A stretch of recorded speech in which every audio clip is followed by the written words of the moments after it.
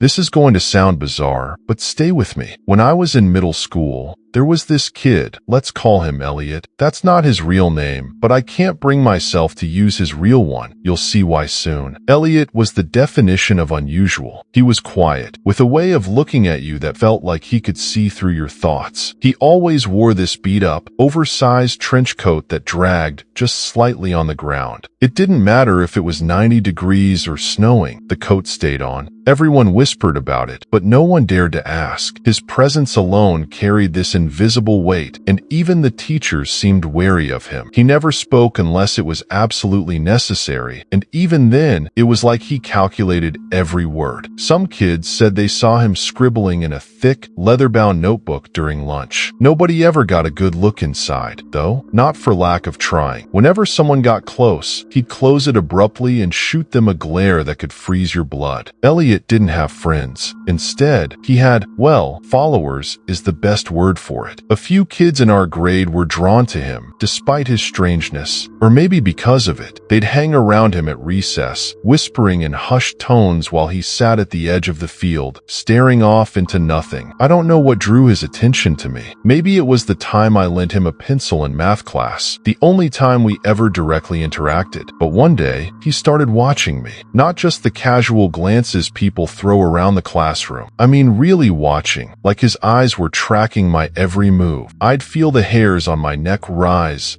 turn around, and there he'd be, sitting silently, his dark eyes fixed on me. It was unsettling, but harmless, or so I thought. The first real incident happened after school. I'd stayed late to help decorate for a pep rally and was walking home alone in the dim light of dusk. That's when I saw him, standing at the edge of the park I had to pass through. He wasn't doing anything, just standing there, still as a statue, his trench coat blending into the shadows. I walked faster, my heart pounding. When I glanced back, he was gone. I told myself I'd imagined it. Maybe I had. But the next day at school, Elliot walked by me in the hall and slipped a folded piece of paper into my locker. I unfolded it in the bathroom, hands shaking. All it said was, "I'm watching. I wanted to tell someone. My parents, the principal, anyone, but I couldn't." It wasn't just fear. It was something else, something I still can't quite put into words. A sense that if I acknowledged it, things would escalate, so I kept quiet. Over the next few weeks, the incidents grew. I'd see him everywhere, across the street from my house, in the library where I studied after school, even once outside the grocery store where my mom shopped. He never approached me, never said a word, but his presence was like a shadow I couldn't escape. Then came the night of the storm. I'd been tossing and turning in bed, the sound of rain pounding against my window. Just as I was about to drift off, a flash of lightning illuminated my room. For a split second, I saw a silhouette standing outside my window. It was him. I know it was. I screamed, and my dad rushed in. By the time he looked, the figure was gone. He told me it was probably just a tree branch casting a shadow. I wanted to believe him, but deep down, I knew better. The final straw came during a school assembly. I was sitting with my friends in the bleachers when I felt it, that prickle at the back of my neck. I turned, expecting to see Elliot in the crowd, but he wasn't there. Instead, he was standing at the very top of the bleachers, staring down at me with that same unblinking intensity. It was so unnerving that I nudged my friend, Lisa, to look, but by the time she turned around, he was gone. After the assembly, I decided I'd had enough. I was going to tell someone, but when I went to find a teacher, Elliot intercepted me in the hallway. He didn't say anything at first, just stood there blocking my path. Then he reached into his trench coat and pulled out his notebook. He opened it to a page filled with scribbles. My name repeated over and over in messy, frantic handwriting. "I've been watching you," he said finally, his voice low and gravelly. "You don't understand yet, but you will." Then he walked away, leaving me frozen in place. The next day, Elliot didn't show up to school, or the day after that. Weeks passed, and it was like he'd vanished off the face of the earth. Rumors flew. Some said he'd been sent to a psychiatric hospital. Others claimed he'd run away. No one seemed to know for sure. I'd like to say that was the end of it, but I can't, because every now and then, even now, I'll catch a glimpse of someone in a crowd or feel that familiar prickle at the back of my neck, and I'll think of Elliot, wherever he is.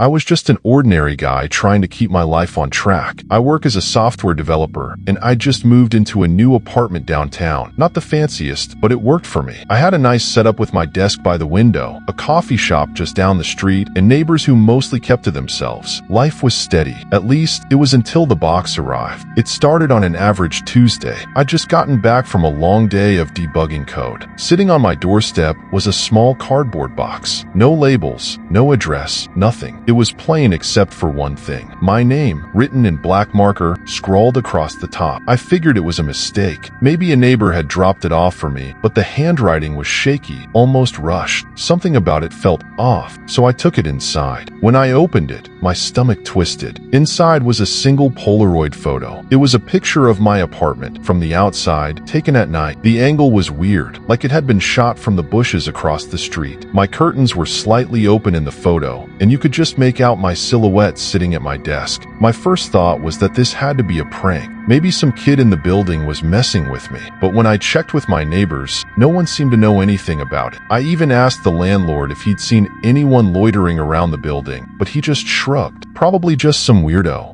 he said. I tried to brush it off, but that night, I couldn't stop thinking about the photo. Who had taken it, and why? Every little sound outside made me jump. By 2 a.m., I was convinced someone was watching me. I closed all the blinds and double-checked the locks before finally crashing on the couch. The next few days were uneventful. I convinced myself it had been a one-time thing. Maybe someone had the wrong apartment. Maybe it really was a dumb prank. But then the second box arrived. This time, I found it on my desk when I came home from work. That's right, inside my apartment. My heart stopped. I'd locked the door when I left. I was sure of it. My landlord was the only other person with a key.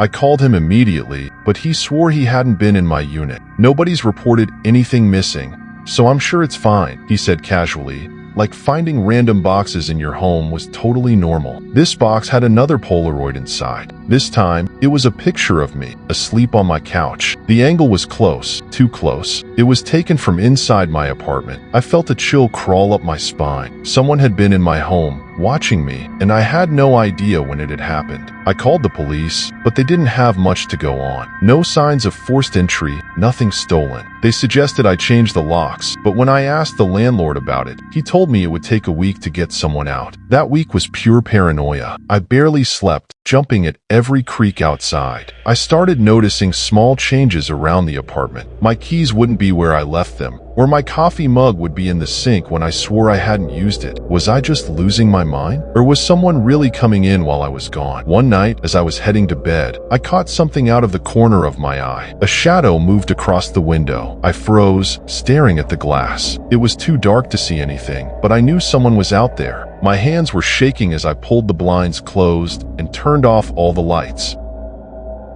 I stayed up all night, gripping a baseball bat I'd found in my closet. But nothing happened. No knocks, no noises, just silence. By morning, I was convinced I'd imagined it. Maybe the lack of sleep was getting to me. Then came the third box. This one wasn't left on my doorstep or my desk. It was on my bed. I almost didn't want to open it, but I had to know. Inside was another photo, but this one was different. It was a close-up of my face, taken while I was asleep. My eyes were shut, my mouth slightly open. The photo was so close. I could see the tiny scar on my chin from when I was a kid. Whoever had taken it had been standing right over me. I felt sick. This wasn't just someone messing around anymore. This was dangerous. I decided enough was enough. I packed a bag and drove to a friend's place across town. I didn't tell them everything, just that I needed a place to crash for a while. That night, I slept for the first time in days. When I went back to my apartment a few days later, the landlord had finally changed the locks. For a moment, I felt a flicker of relief. Maybe this nightmare was over, but as I stepped inside, I noticed something on the floor. It was a Polaroid, just lying there in the middle of the room. My breath caught in my throat as I picked it up. It was a picture of me driving away from the apartment. My knees nearly gave out. Whoever had been watching me hadn't stopped. They'd followed me. I didn't sleep that night. I sat in the corner of the room, clutching the baseball bat, waiting for something, anything, but nothing happened. Days turned into weeks,